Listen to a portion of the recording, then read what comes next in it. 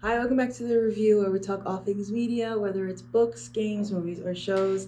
This is the place to be. And today I'm joined by Maya Gillette. And today we're going to be talking about the Amazing Digital Circus. This was Maya's idea.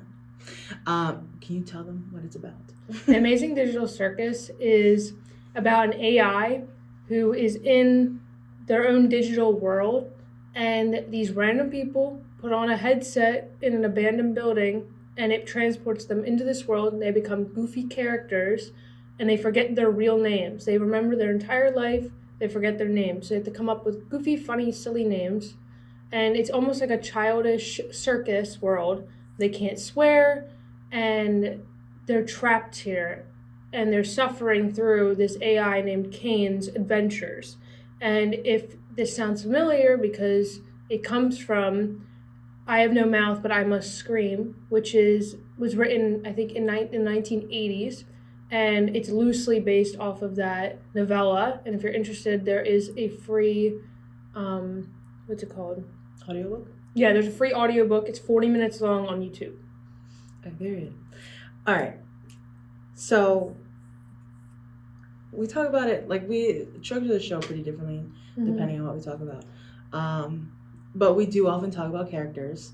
So we follow, was it 6 of them? And including Kane, it's 7. Yes.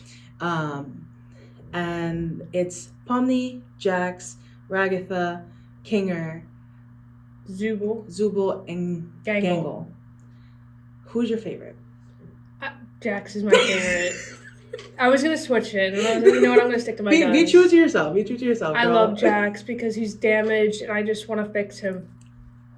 Do you have a least favorite character? No, probably not, because I think all the characters are lovable in their own ways, even the ones that, like Kane, that are awful. Awful, because he doesn't have a choice in it, but I don't think I dislike any of the characters. I love all their character arcs and how they're all diverse in their own ways. Yeah, I agree. I think this is the first time where I typically dislike at least a character, especially if they're like antagonizing or whatever. But I really, really like all of them because I think it's because they're so trapped in a limited space that they have to kind of do what they have to do. Because typically, you were saying before, like Jax would be the obvious answer, or like Kane even would be the obvious answer to hate, but also not, because you have to make do with what you got, and they're stuck in this space where they can't die, and they are just, it's endless. They don't need to eat, they don't need to sleep, they don't need to breathe, but you have to have some sense of like normalcy, which I really, really enjoyed. And I really liked, like at the very beginning, how disorienting it is. Like I like getting no context, I've realized. Yeah. Like I love being just thrown in, because you're thrown in with Pomni and she's like, what is happening? She's my favorite. Now I'm guilty of loving a main character like through and through, but I really love her. I think she's very real. Like I said, she's very authentic, and because I feel like a lot of them try to hide behind personas, like Jax kind of does, Ragatha definitely does. I don't think Zubul cares enough to, but they'll have these like archetypes that they play into. Well, Zubul's trying to hide themselves with the body parts. That is changing true. themselves, because their whole story is that they don't know who or what they are, and they're trying to figure out. But Kane is also a king because he respects their pronouns. Because Zubul goes by they, them, and Kane always calls them, their, they, whatever. Yeah, I did notice that, and I did like that. I also noticed, I did start seeing TikToks about it. So I saw in one of their adventures, Kane will also like fix Gangle's happy mask when it breaks, which I thought was like kind of cute because like it breaks every day. Yeah. Which I would lose my mind. But I mean. But also it's kind of a form of torture, because he's fixing it for her, but she's continuing to break it instead of making her one that's indestructible. That is true. Also, like, instead of creating a body for Zubul that is permanent and kind of allows her to, find who she really is, or like solidify who she really is because she has all of these changing parts. Mm. So it is kind of like a hit or miss. But he does give them parts when they ask. That is true. But Gangle, Zubul found that mask that made Gangle happy. It was kind of crazy when they were in the burger episode. Very manic. Yeah, and it made her manic, and she literally threw herself in front of a bus to kill herself. Yeah. And then she discarded that mask. But you see her wearing the happy mask less after that episode, where she kind of just embraces that the sad mask doesn't need to make her sad, that she can have her own emotions. Like, on the beach episode, I don't think she breaks her mask, and that would be a very good place to break it. Right, yeah. Because I think also, with her, with Zubul, with even Pomni, I think it's all of them having this adventure of self-discovery, self-acceptance. Like Zubul being like, well, maybe the changing parts are okay, and Gangle wearing the mask less, and Ragatha not being so fake nice and acting like Pomni is a child, because that was something that Pomni hated. Well, actually, let's segue from here to their rooms. Oh! Because all their rooms reflect something that they fear or don't like. Yeah. Pomni's room is very childish. And if we remember, she's 25 years old. She's not a child. She's a grown adult. Yeah, she's a grown woman. Jax's room is full of, like, toys as well. Yeah, he's like rainbows and stuff on his walls. Which isn't very manly, which you can see that he's holding in a lot. But I am a Funny Bunny shipper. Me too. Yeah. Me too. I don't understand how they think that he would be with Ragatha, but because in the pilot they were supposed to be more friendly, and then they changed that dynamic, but it made more sense to change that. Zubul's room is just filled with their parts and has a big mirror for them to look at themselves in, and that's like obviously something they don't want. I don't know if we ever see Kinger's room or Gangle's room. I can't think of it. I can't think of either. Let's look up a picture real quick. Oh yeah, because you can always put this in the video too. Yeah, usually for this we'll have moments to look things up. Oh yeah, it's really dark. Yeah. Oh wait. Yeah, it has all the masks on it. Oh. And it's super dark. It's all her broken masks. Oh, that's fair. Oh wow. Do we see Kingers? Let's see. I don't think we do. I don't think so either. I guess not. I don't think this is real. Oh, that's Pomni. Oops. I'm assuming he would have a pillow fort in his room. But probably, but although you can I wonder if it has something to do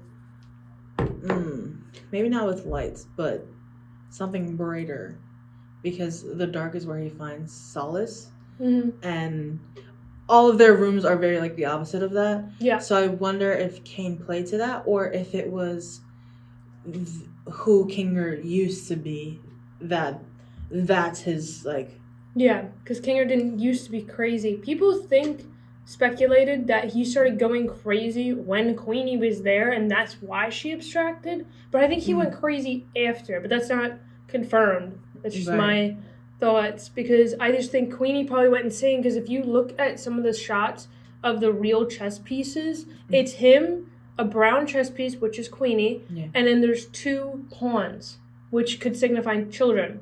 And people say that Kinger is 47, and he's been in the digital circus for 100 years. So, or maybe between 30 and 100. He's been there for a very long time, but we don't know how fast time moves outside of the circus. That is true. So it could be days instead of years, because he was the last one. It makes sense though, since he's a king, that he would be the last one. Yeah, I also I saw another TikTok about towards the end of which the show, mind you, isn't over yet. 1 episode left. There's June 19th. Yeah, and the episodes come out very far and few between. But there was a TikTok towards the end, spoiler alert, where Kinger is trying to rewrite Kane's AI, where everyone's protecting him, making sure Kane doesn't find him. And I thought it was really kind of cute, but also symbolic, where they were like, oh, all of the pieces on a chessboard protect the king. Like that is the point. Exactly. And it's so cute because I was like, oh my god, they would do anything for him. I would do anything for him. I love him so much. Like he's okay. It's like him and Pomni are my favorite, like character wise. Especially I like their adventure in the horror story, The haunted house. the haunted house. Oh, that was so fun. It was very like father-daughter moment. I really really enjoyed. But also with the moment where they're protecting Kinger, because he goes, "Where's Kinger?" Pomni starts yelling at Kane, saying, "We hate your adventures. You never listen to us." And if you think about it, when he says, "You know what? Here," and puts them in their own little worlds, he uses their fears against them. Yeah. Things that they never told him. Like Gummy Goo is going after Pomni. Ragatha's mother standing over the table. What was Jax? Everyone was like laughing at Oh, him. yeah. And then it was, he was like, Pomni, Kothmo, and Croaky, whatever her name, what is it, Froggy? Yeah. The frog one. I think it's Froggy. Were laughing at him in like a carousel way, like one of those little moving carousels that have the pictures on it. Gangle was... masks. The I think it was like a bunch of masks going around her. Yeah. And Zubul was swimming in a sea of their body parts. Yeah, it was like a big mirror and she was being dragged down. Yeah. So he was using things that they had said out loud and to prove kind of that he was listening this entire time. Like they say that a lot, that Kane is always listening, he always has eyes, but he never applied it until he was using it against them.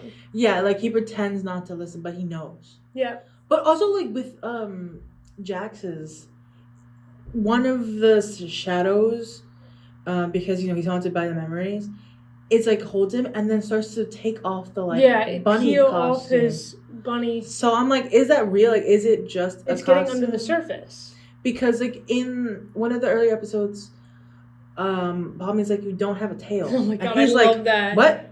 So I wonder if it's actually like a costume, or I think that it was a metaphor for him having a shell. That is and true. That they're peeling away at the surface of him because he's literally having a mental break.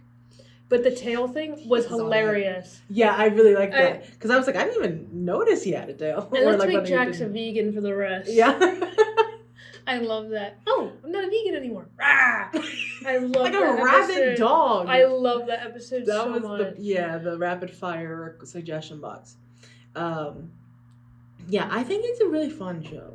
Mm-hmm. Like it does obviously explore a little bit deeper themes, but not in, I feel like, an in-your-face sort of way. Yeah. That some people try to be, or like also an authentic, deep way that they like to do too.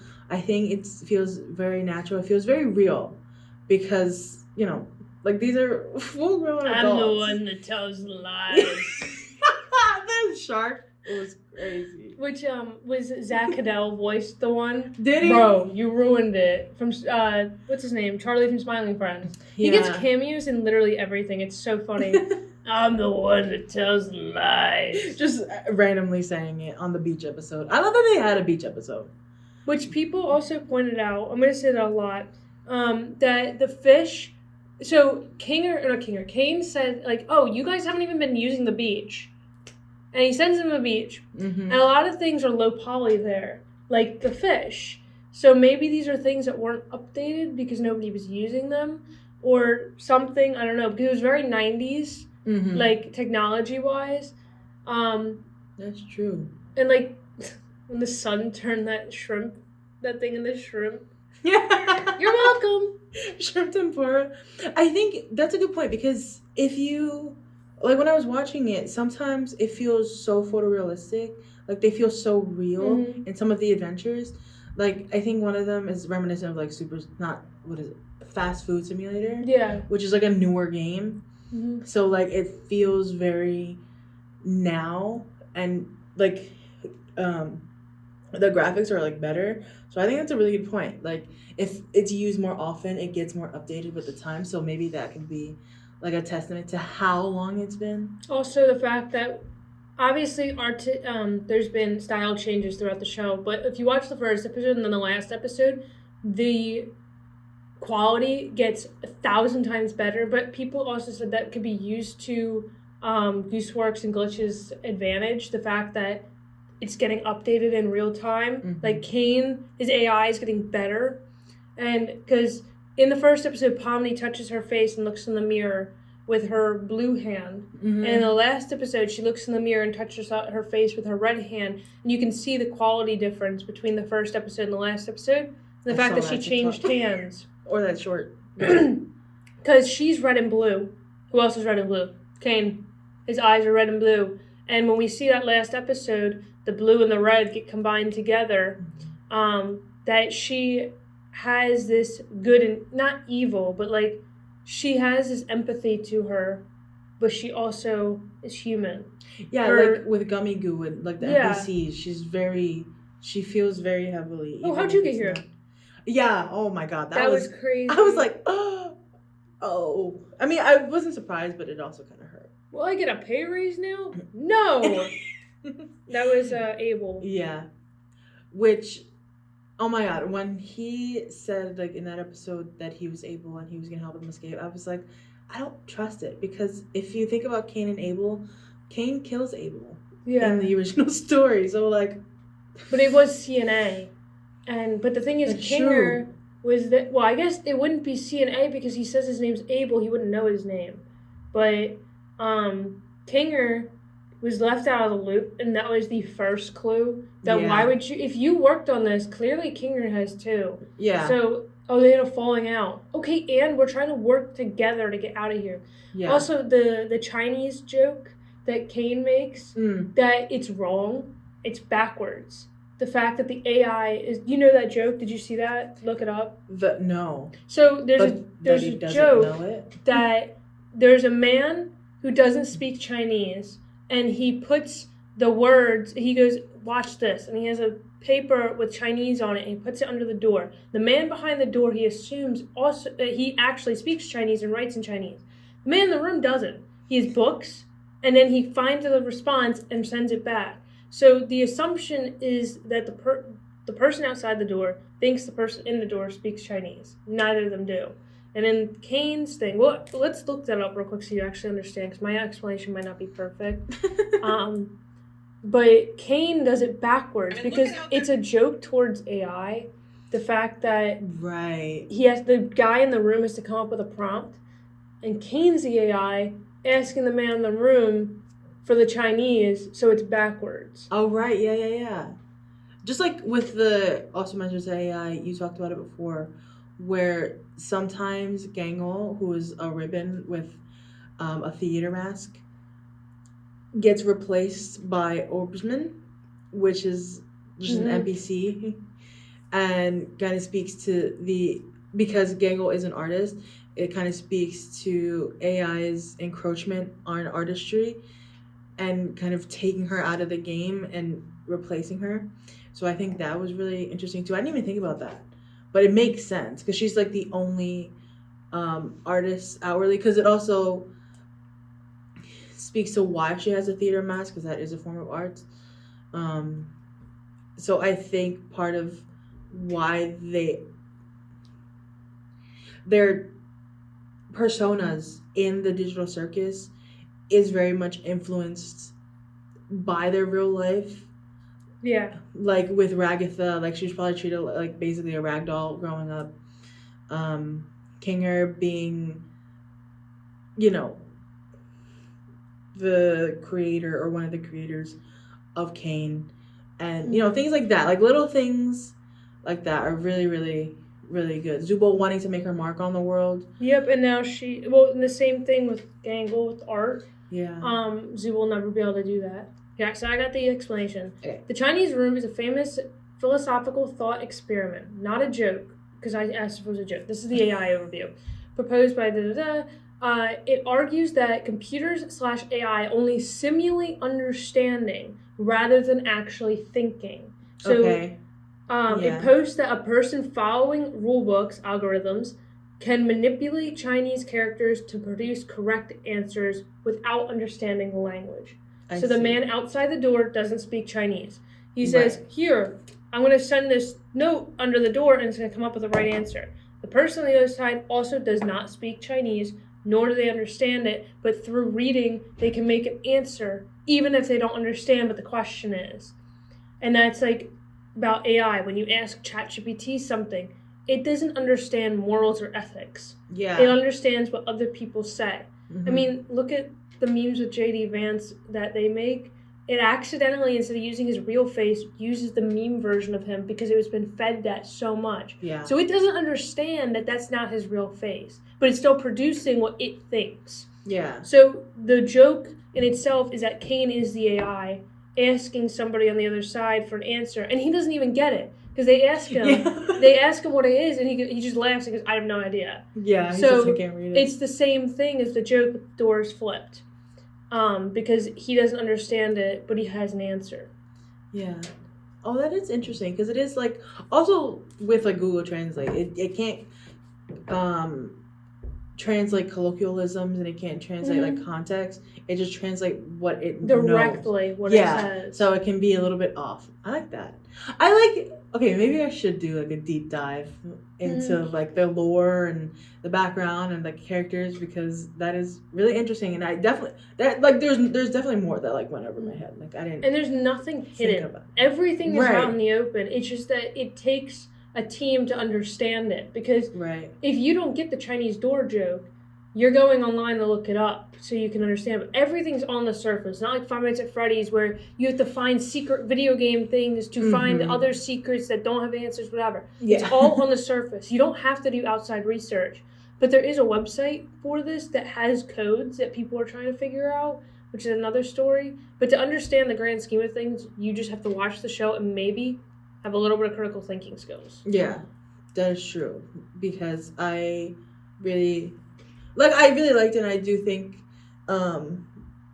it can be enjoyed with like your brain off. Yeah. But it's more fun if your brain's on. Mm-hmm. You know, if you're actually thinking and you're watching because you might pick up little subtleties and you might be right, you might be wrong.